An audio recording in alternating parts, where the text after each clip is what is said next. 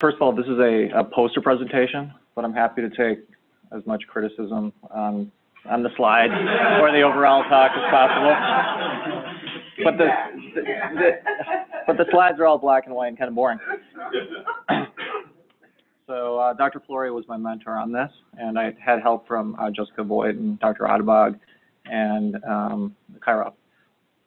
Okay, so the background of this is currently patients who are eligible for ICDs that are about to undergo bypass surgery,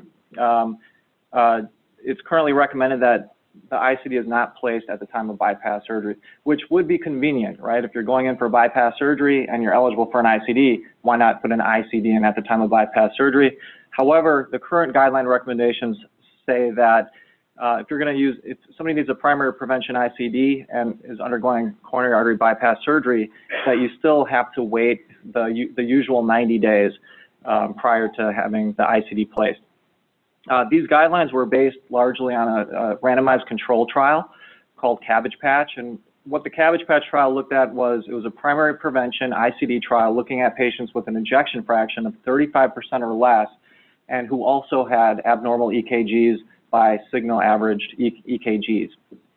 So it was a presumably sick population with a high mortality and event rate. However, the results of that study were negative, that putting the ICD in did not reduce mortality. So that was obviously the cause for speculation, and the authors concluded that there may not have been a mortality difference because of perhaps bypass changes the autonomic input to the heart, or perhaps bypass surgery reduces ischemically triggered arrhythmias. What they didn't look at were changes in ejection fraction, because they didn't have echocardiographic data, presumably after bypass surgery. Most people, everybody had echo or some form of EF measurement before the bypass, but they probably lacked that data after the surgery.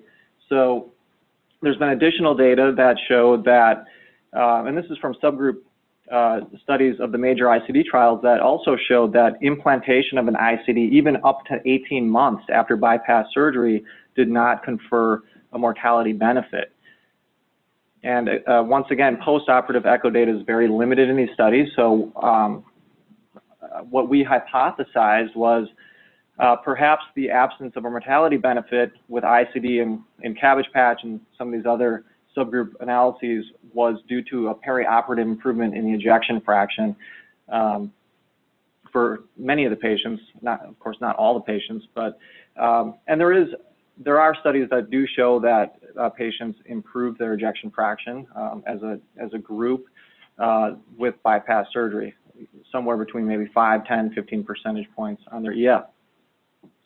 So what we sought to do was to determine the incidence and predictors of EF improvement with bypass surgery. And we were mainly looking at people that improved to above 35%, because that's the threshold that is used by the guidelines in terms of an ICD indication. So we're looking at, we're going to start with people that were below 35 who improved to above 35, whether that was improved to 55 or improved to 36. So we just wanted to see how many people got above 35. So at the VA Medical Center, Dr. Adebog has a bypass surgery database, and we went through that entire database, which consisted of 2,800 plus patients who underwent isolated bypass surgery without any valve surgery. And that database spans from 2001, and we looked up to December of 2014. We were able to find 375 patients that had an echocardiogram before and after bypass surgery, and we're limited by the number of patients that have a post-operative echocardiogram. So almost everybody going into bypass surgery has an echocardiogram or some form of EF assessment. However, after bypass surgery, there's very limited numbers, and that's because a lot of people do good. People that have bypass surgery, they tend to do well afterwards. Now, of the 375 people that had both pre and post echocardiograms, we looked at patients that had an indication for an ICD, for primary prevention, so the group that had an EF of 35% or less, and we found 74 patients. So we had 74 patients that we included in this study. And in the table 1, this is stratified by patients who improved. How do I get rid of this? Okay, so stratified by patients that improved post-operatively to an ejection fraction greater than 35% in this column, and in this column are patients that were unchanged, so those who did not get above the threshold of 35. In terms of predictors, the only predictor that we found out of these characteristics were preoperative ejection fraction. So in the patients that improved, they started with a higher ejection fraction, and the patients that never got above the threshold had a lower ejection fraction. There was maybe a trend in patients who had better renal function, so there was a trend suggesting that better renal function may predict improvement, but the p-value was not significant. And something with ACE inhibitors somewhere right here. So people that were on ACE inhibitors trended towards there being improvement, but again, it wasn't statistically significant. Here's the magnitude of change in LV ejection fraction post-revascularization. So now we're again dividing it into this group that got above 35%, patients that will no longer be eligible for ICD, and their pre-op EF was 30 compared to the other group who had a lower pre-op ejection fraction, and the group that improved from 30 to 46, and those that didn't improve 26 to 26. Now, one thing we tried to do was figure out, is there a certain threshold? If your EF is very, very low, are you not going to get above 35? And what we found when we stratified, so here we compared two groups.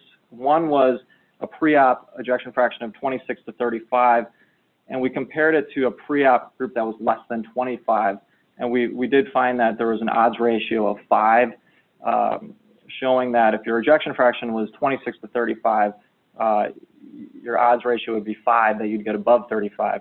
And then in the group that was less than 25%, it was much less likely that you'd get above 35. However, some of those patients still got above 35, so it can't be a be-all, end-all, and you can't just say, okay, you're not going to get above 35. There's no way of predicting that. So, okay, so in the CABG patch trial where patients were randomized, there was no difference in mortality between getting an ICD at the time of bypass versus not doing that. And we hypothesized that the absence of mortality may be because of improvement in LV function in many of those patients. We found that of the 74 patients we looked at, just over half of those patients improved to above 35. So our findings support this hypothesis that perhaps an improvement in ejection fraction is the reason that patients don't benefit from an ICD at the time of bypass surgery. And it seems like a reasonable hypothesis, and our data does support that.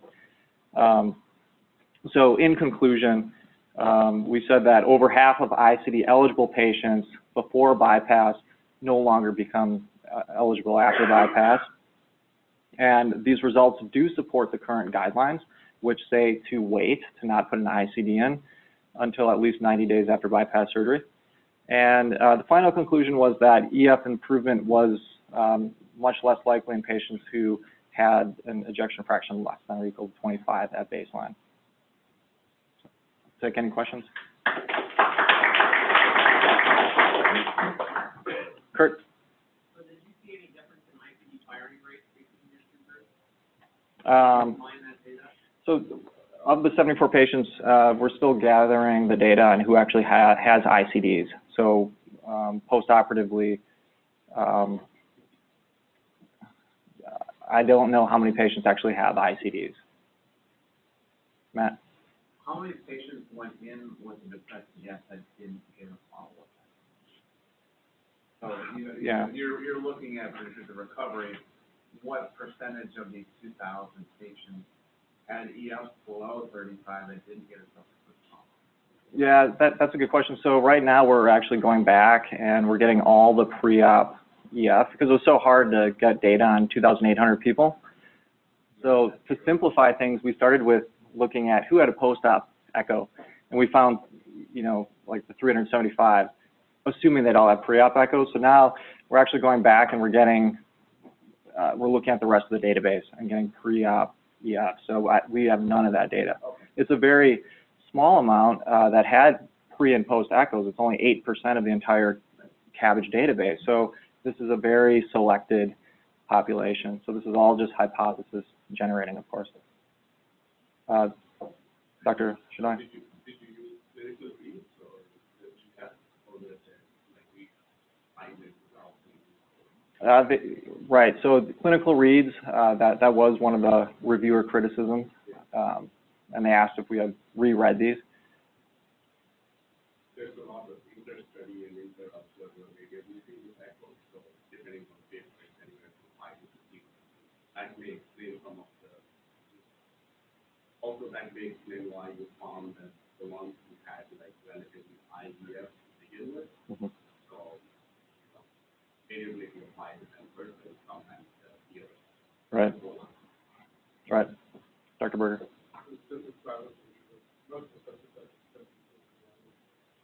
Mm-hmm.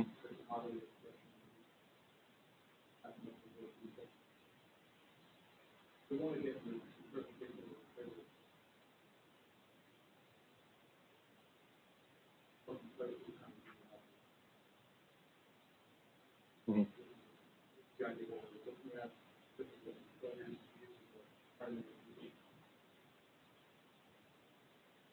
Sure.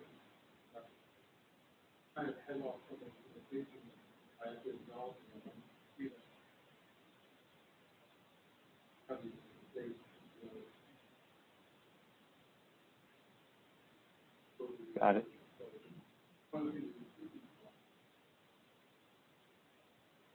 Mm-hmm. Great points. Thank you. Any other questions? Okay, if not, thanks, Ryan. Thank you. The last presentation is by Justin. And she's going to speak about